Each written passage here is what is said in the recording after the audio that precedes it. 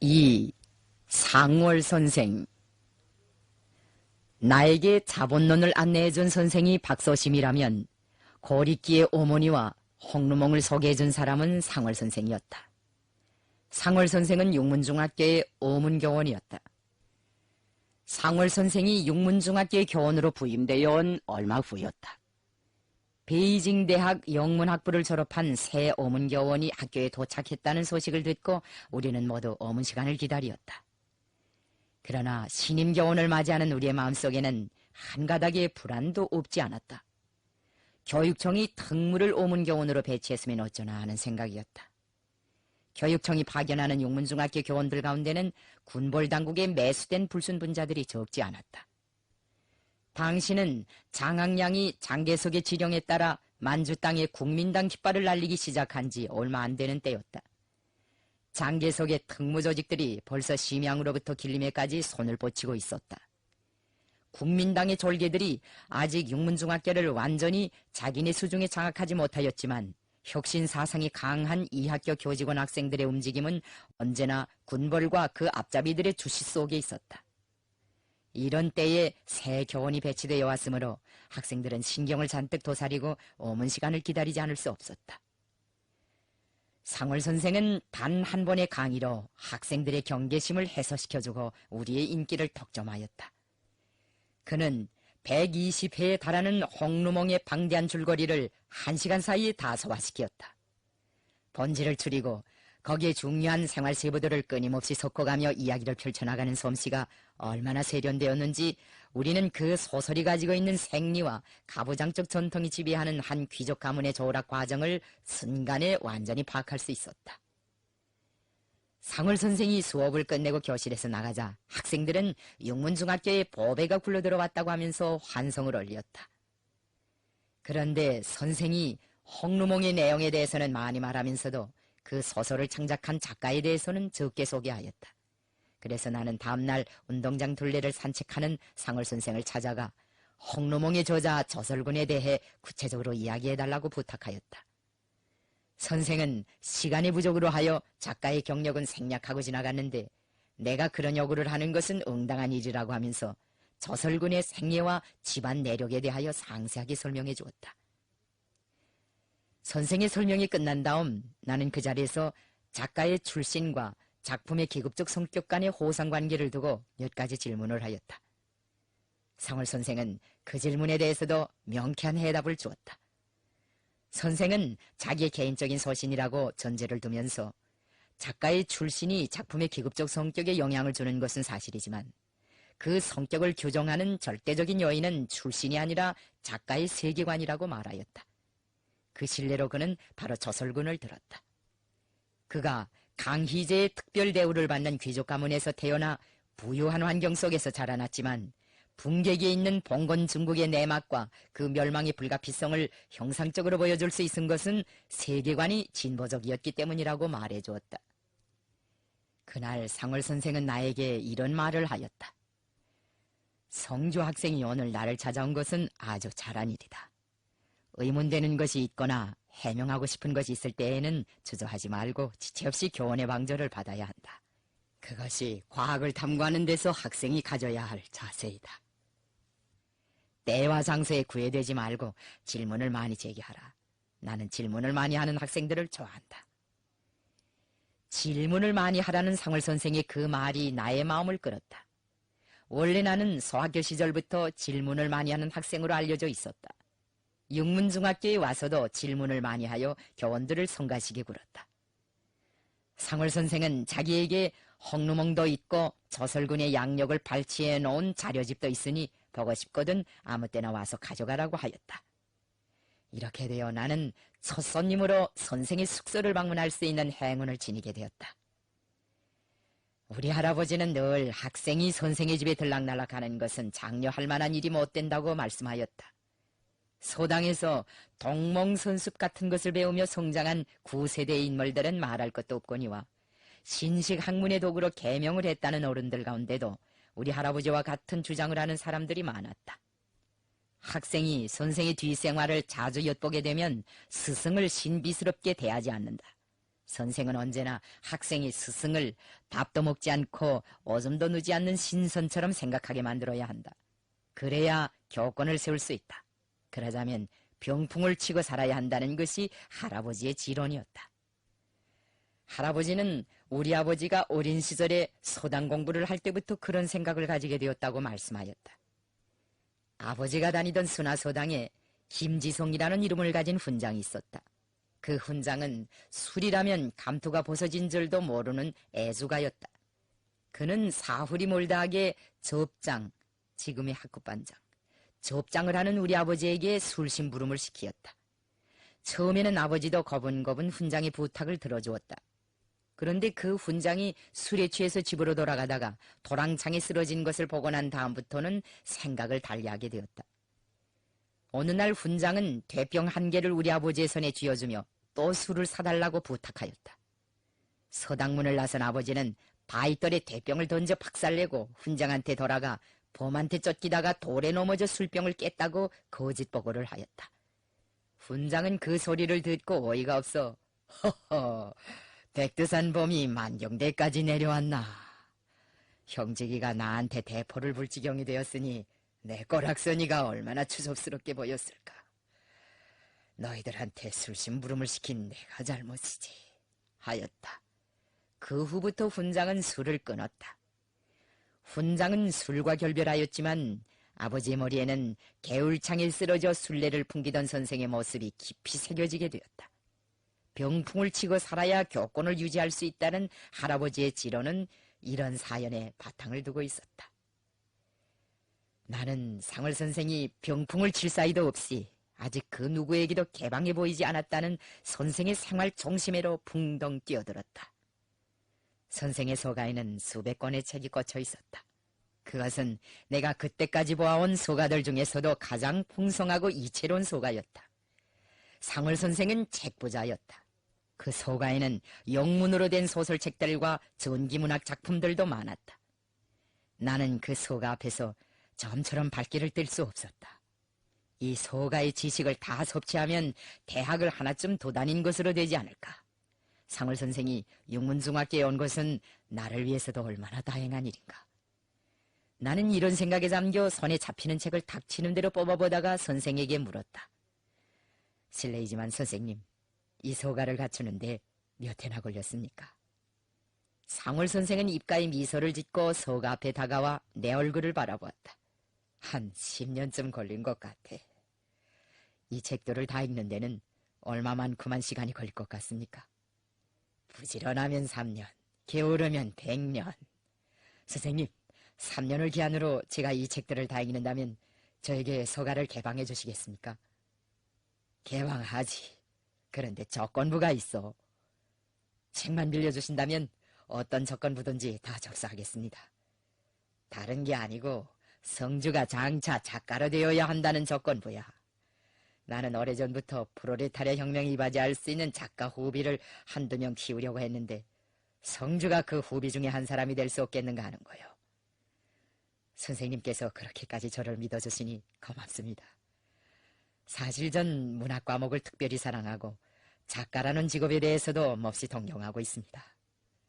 나라가 독립된 후에는 혹시 문학의 길을 선택하겠는지도 모르겠습니다. 그렇지만 선생님, 저희들은 나라를 빼앗긴 망국민의 자식들입니다.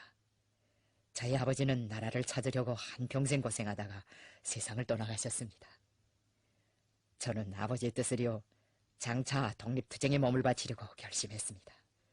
그것이 저의 최대의理想이고 포부입니다. 민족을 해방하기 위한 투쟁이 곧 저의 직업으로 될 것입니다. 상월 선생은 소가에 기대어 심각한 표정으로 고개를 연방 끄덕이다가 내 곁에 다가와 어깨 위에 손을 얹고 조용히 말했다. 장하오 성주, 독립투쟁이 리상이라면 나는 그 리상을 조건부로 이 소가를 성주에게 통째로 개방하겠소. 나는 그날 홍루몽을 빌려가지고 숙소로 돌아왔다.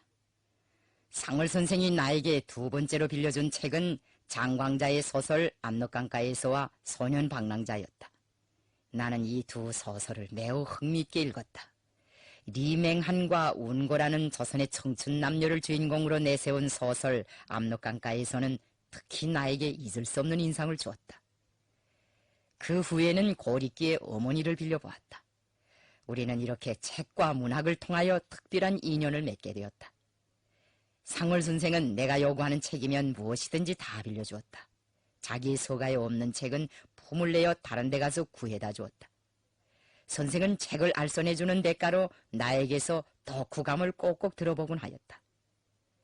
우리는 고리끼의 작품 원수들과 로신의 소설 축복을 두고서도 의견을 나누었다. 그러는 과정에 나와 상월 선생은 자연히 문학에 대한 견해를 자주 교환하였다. 우리의 담화에서 초점을 잃은 것은 문학의 사명에 대한 것이었다. 우리는 문학이 현실을 어떻게 반영하며 사회의 발전을 어떻게 추동하는가 하는 문제를 가지고 많은 이야기를 나누었다.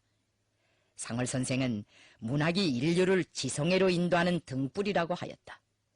기계가 생산의 발전을 추동한다면 문학은 그 기계를 움직이는 인간의 인격을 완성시켜준다고 선생은 늘 말하곤 하였다. 상월 선생은 로신과 그의 작품에 대하여 특별한 애정을 가지고 대하였다. 선생은 로신의 문우였고 로신이 지도한 문학 소조의 한 성원이었다. 선생이 소조 활동을 할 때 쓴 단편소설 덕기 등은 로신한테서 좋은 평가를 받았다. 이 소설은 봉건 유습을 반대하는 라산 지방 인민들의 투쟁을 담고 있었다. 상월 선생의 딸 상효원의 말에 의하면 로신은 덕기 등을 읽고 예리성이 부족한 것이 흠이라고 하면서 그 작품에 대한 불만도 표시하였다고 한다. 상월 선생은 초기의 창작에서 나타난 미숙성을 극복하고 1930년대에는 예모와 같이 사상예술적으로 세련된 작품을 창작하여 독자 대중으로부터 긍정적인 평가를 받았다. 이 장편소설은 그 당시 운남성에서 발간되는 잡지에 연재되었다.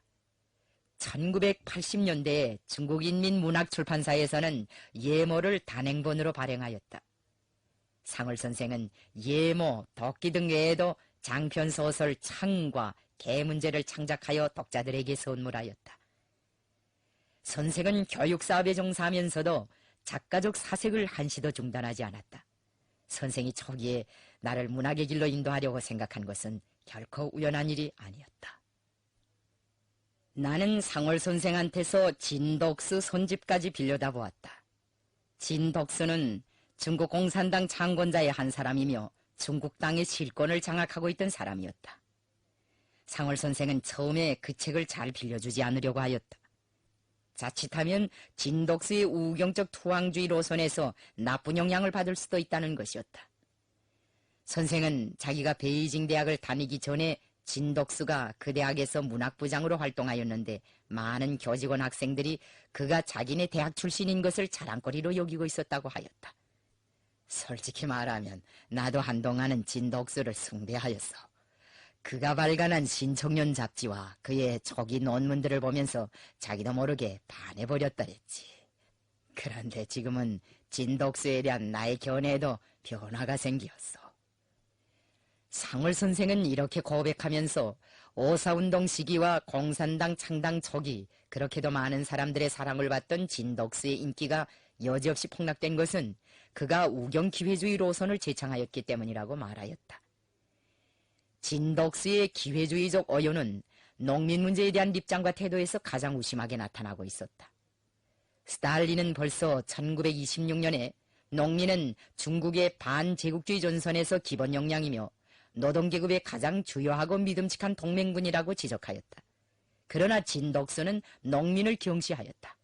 그는 농민이 도호 출신들과 충돌하는 것을 두려워하면서 농민이 행정을 간섭하는 것과 농민의 적극적인 자위를 반대하였다.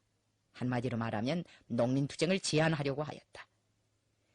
진덕수의 어요는 제국주의를 반대한다는 구실 밑에 농촌혁명을 반대하면서 부르주아지가 혁명전선에서 떨어져 나갈까봐 두려워한 데 있다.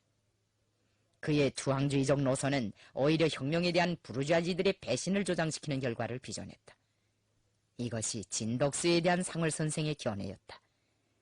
선생이 정당하게 말한 바와 같이 진덕수의 글들에는 혁명에 막대한 해독을 줄 수 있는 투항주의적 요소들이 있었다.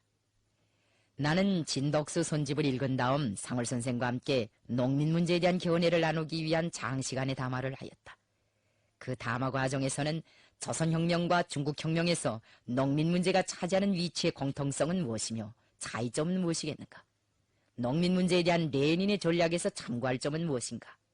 농민이 혁명의 주력군으로서의 역할을 다하게 하자면 어떻게 하여야 하는가 하는 것들이 이야기되었다.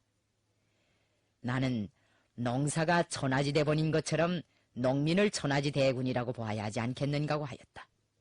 상월 선생은 그 말을 긍정하면서 농민을 경시하는 것은 곧 농사를 경시하고 땅을 경시하는 것으로 되기 때문에 아무리 훌륭한 이념을 가진 혁명을 하여도 실패를 면치 못하는 법이라고 말하였다.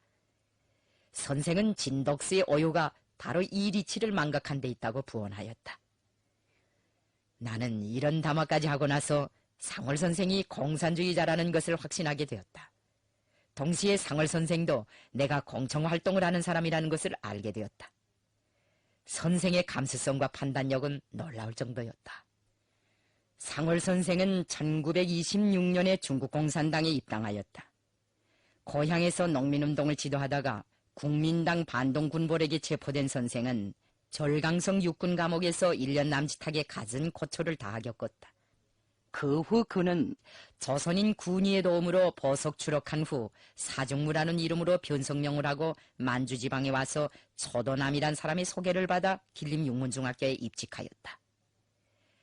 농민 문제에 대한 견해를 교환한 다음부터 나는 상월 선생과 함께 정치 문제에 대한 논의를 자주 하였다. 그 당시 길림의 청년 학생들 속에서는 정치 논쟁이 활발하게 벌어지고 있었다. 중국도 대혁명 시기이고 조선도 대중운동이 앙양되고 있던 시기여서 논쟁을 불러일으킬 수 있는 문제점들은 헤아릴 수 없이 많았다. 조선 청년들 속에서 리준의 방법이 옳은가 안중근의 방법이 옳은가 하는 문제가 화제에 올라 격렬한 논쟁을 불러일으키던 시기도 바로 이 무렵이었다. 많은 청년 학생들은 안중근의 투쟁 방법에 절대적인 의의를 부여하고 있었다. 나는 상월 선생에게 안중근의 투쟁 방법에 대한 견해를 물었다. 상월 선생은 그때 안중근의 서행은 물론 애국적이다. 하지만 투쟁 방법은 모험주의적이라고 말하였다. 선생의 그 대답은 나의 생각과 일치하였다. 나는 일본 제국주의 침략을 반대하는 투쟁은 결코 큰 군벌의 앞잡이 한두 명을 처단하는 테러적 방법으로는 승리할 수 없으며 반드시 인민대중을 교양하고 각성시켜 전민을 골기시킬 때에만 목적을 달성할 수 있다고 생각하였다. 나는 상월 선생과 함께 일제의 조선 침략 역사와 조선에서의 식민지 정책, 만주에 대한 일제의 침략 기도와 군벌들의 동향, 반제 반침략 투쟁에서 조중인민의 단결과 협조의 필요성에 대한 문제를 가지고도 의견을 나누었다. 그때 당시 육문중학교 학생들은 군비 축소와 관련된 국제연맹의 태도를 두고 많은 논의를 하였다. 학생들 가운데는 국제연맹에 대해 환상을 가지고 말하는 청년들이 적지 않았다. 그래서 나는 국제연맹이 군비 축소 문제를 가지고 가짜 흥정을 한다는 논문을 써냈다. 많은 학생들이 그 논문을 지지하였다. 상월 선생도 그 글을 보고 나의 견해가 옳다고 말하였다. 상월 선생은 길림에 온 후 공산당과의 조직선이 끊어진 상태에 있었지만 고리끼, 로신 등 진보적 작가들의 작품을 가지고 그것을 해설하는 계몽식 강의를 여러 차례에 걸쳐 하였다. 언제인가는 비밀 독서저 성원들의 제의를 받고 학교 도서실에서 제국주의를 반대하자는 제목으로 한 주일 동안 특별 강의를 해주었다. 이 강의를 받은 학생들의 반응이 대단히 좋았다. 나는 그 반응을 수집하여 상월 선생을 고무해 주었다. 사상의 진보성과 후대 교육에서의 높은 책임성, 동서고금의 문화와 역사에 대한 폭넓고 깊이 있는 지식으로 하여 상월 선생은 학생들의 사랑을 받았다. 군벌당국에 매수된 반동교원들은 그것을 매우 못마땅하게 여기면서 상월 선생의 교권을 허물어 보려고 비열하게 책동하였다. 상월 선생의 비호와 지지를 받는 학생들도 그들이 모해하고 시샘하는 대상이 되었다. 풍가성을 가진 교원은 리광한 교장에게 조선 학생들을 퇴학시키라고 위협하였고, 체육주의 마가는 조선 학생들이 중국 교원들을 적대시한다고 하면서 나를 반대하는 여론을 불러일으키려고 꾀하였다. 그때마다 상월 선생은 나를 비호해 나섰다.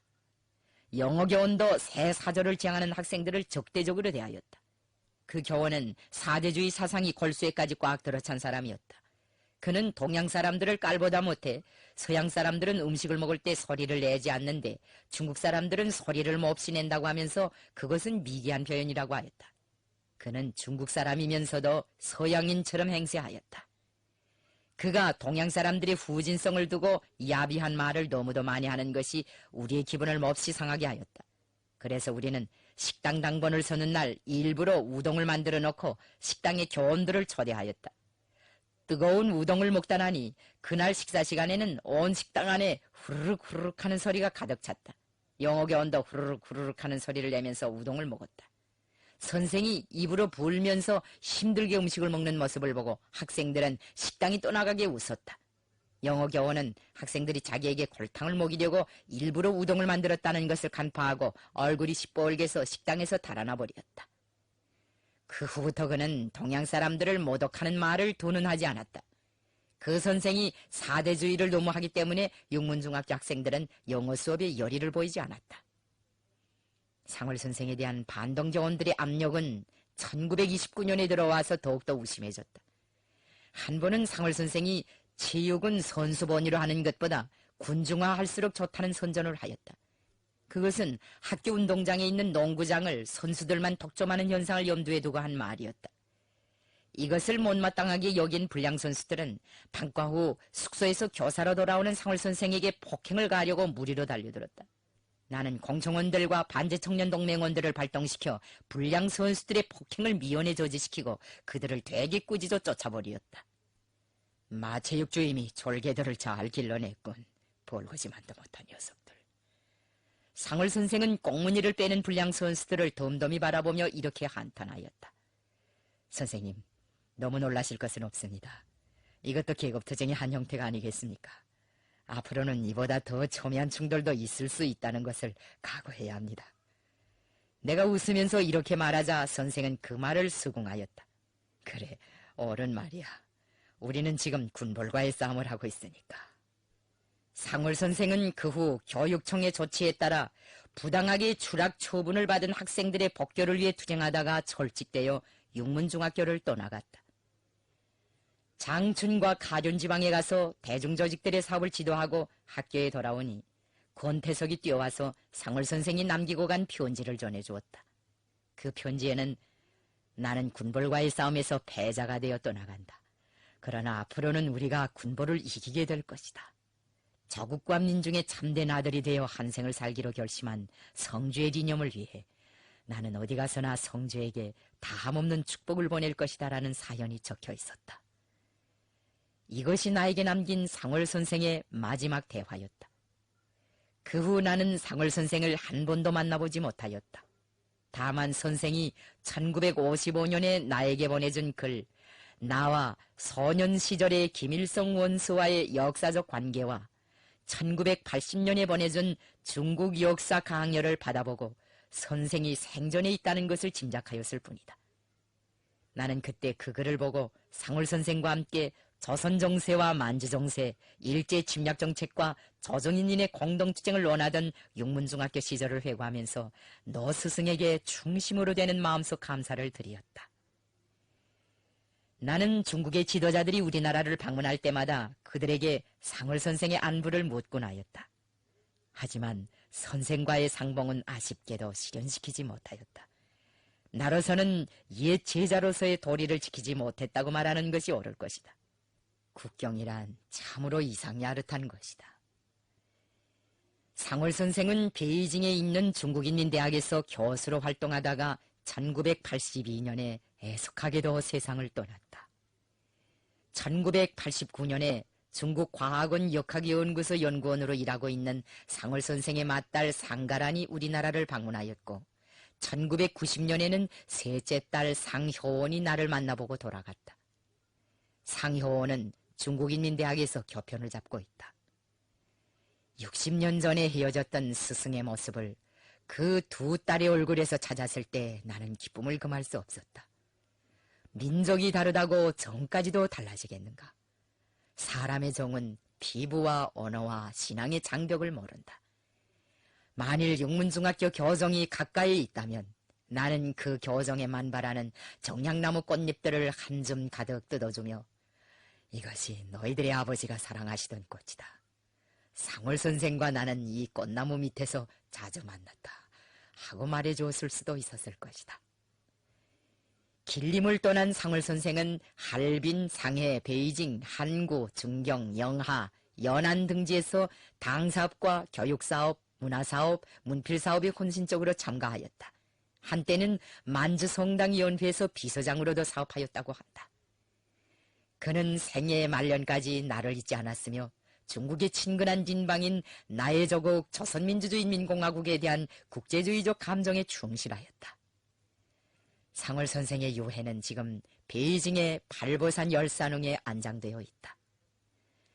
사람에게 한 생을 두고 회고할 수 있는 스승이 있다면 그 사람은 분명 행복한 인간이다. 그러니 나도 행복한 사람이라고 말할 수 있다. 나의 청춘 시절에 지울 수 없는 자국을 새긴 상월 선생이 그리워질 때마다 나는 마음속으로 육문중학교 교성을 거닐어 보곤 한다.